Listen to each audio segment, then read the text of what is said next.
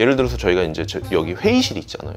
이 회의실이 여기에만 딱 있을 필요가 없는 거죠. 아, 우리 여기 회의 다 끝났어. 이따가 오후에 저기 세종시에 가서 회의해야 돼요. 그러니까 그냥 이거 자체가 그냥 쭉 그냥 나가가지고 그냥 가면 되는 거죠. 그러면 우리는 이동하면서 회의도 하는 거고. 그러니까 생각을 해보세요. 우리가 한강에서 치킨 배달 시켜 먹을 때 굳이 막 바람 맞으면서 할 필요 없어요. 그냥 배달하는 데서 그냥 돗자리랑 뭐 다 이런 거 준비돼서 치킨 있는 부스가 그냥 오면 우리는 거기서 그냥 열심히 잘 먹고 보내면 되는 거죠. 아, 그럼요.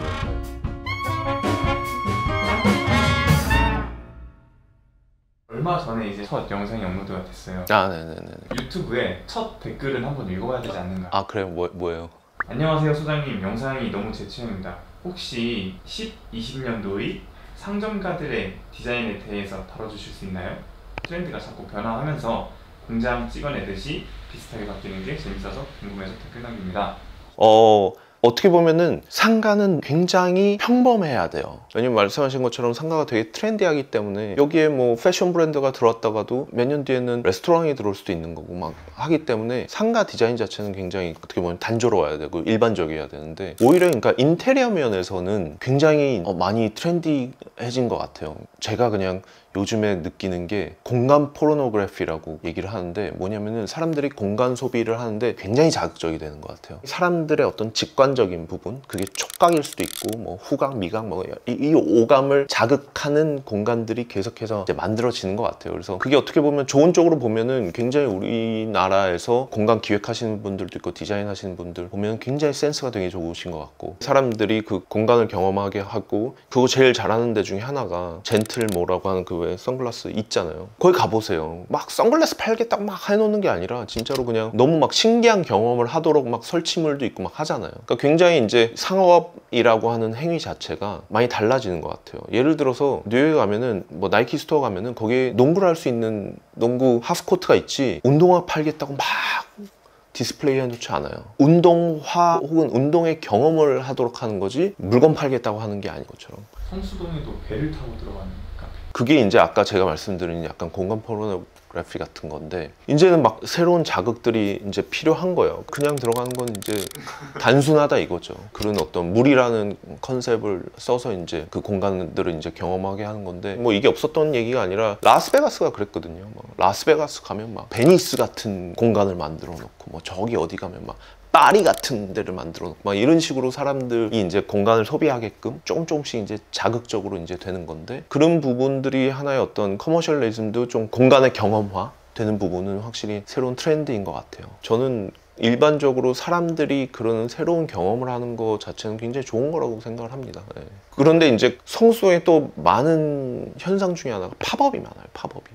진짜 말 그대로 팝업이기 때문에 사람들을 단시간에 확 끌어모았다가 딱 사라지는 거거든요. 끌어모으려고 하면 그 정도의 어떤 자극적인 게 필요하게 되는 거죠. 공간을 통해서 자극적이 되게 하든 아니면 다른 어떤 마케팅을 통해서 자극적이 하게 되든 말씀드린 것처럼 그 현상 자체가 굉장히 재밌지만 어떤 면에서 보면은 그게 너무나도 빨리 변하니까 그러니까 그거에 대한 비판 지점도 있거든요. 사실은 왜냐면 이게 굉장히 반환경적이고 굉장히 이제 소비만을 양산시키고 해서 이런 부분은 조금 우리가 밸런스를 맞춰야 되는 거 아닌가 이런 생각은 듭니다. 네.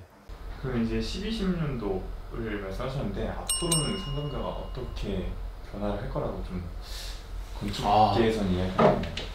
사실 뭐 저희가 다 알잖아요. 그러니까 일단 기본적으로 사람들이 소비하는 것은 온라인으로 소비를 하기 때문에 그러니까 물건을 직접 사는 거는 그래서 아까 팝업이나 이런 것들이 경험 위주로 되는 이유가 경험만 하면 되는 거거든요.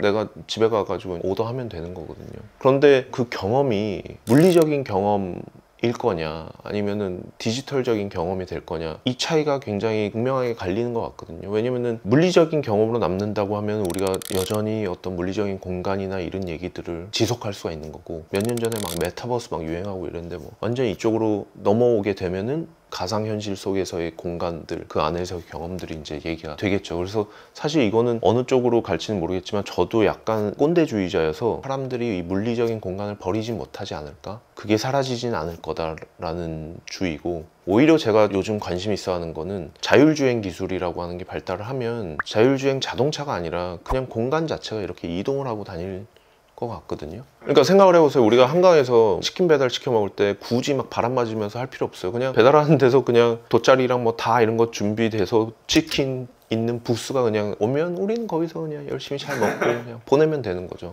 생각해봤는데 진짜 가능성이 있을 것 같아요. 아, 그럼요. 예. 예를 들어서 저희가 이제 여기 회의실 있잖아요. 이 회의실이 여기에만 딱 있을 필요가 없는 거죠. 아, 우리 여기 회의 다 끝났어? 이따가 오후에 저기 세종시에 가서 회의해야 돼. 그러니까 그냥 이거 자체가 그냥 쭉 그냥 나가가지고 그냥 가면 되는 거죠. 그러면 우리는 이동하면서 회의도 하는 거고, 자율주행 공간이 건물에 이렇게 플러그인 되는 것도 우리가 상상을 해볼 수가 있겠죠.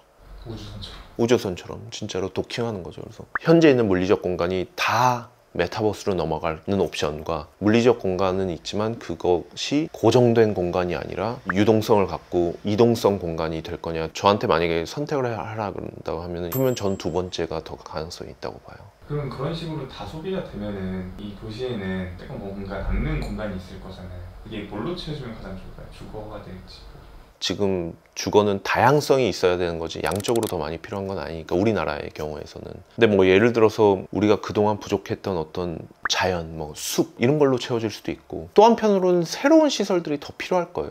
예를 들어서 막 그런 게 하면 하다못해 충전소도 더 많이 필요할 거고, 정비소도 필요할 거고, 걔네들이 이렇게 대기하는 장소도 필요할 거고, 나중에는 왜 UAM이 날아다닌다 그러잖아요. 그럼 걔네들이 내렸다 떴다 하는 기지도 필요한 거고, 그러니까 우리가 생각지 못하는 또 다른 시설들이 어차피 또 많이 필요하게 될 것 같아요. 그래서 비워지는 부분이 있지만 또 채워야 되는 부분들이 생기고, 그 상호작용은 분명히 이제 존재할 것 같습니다.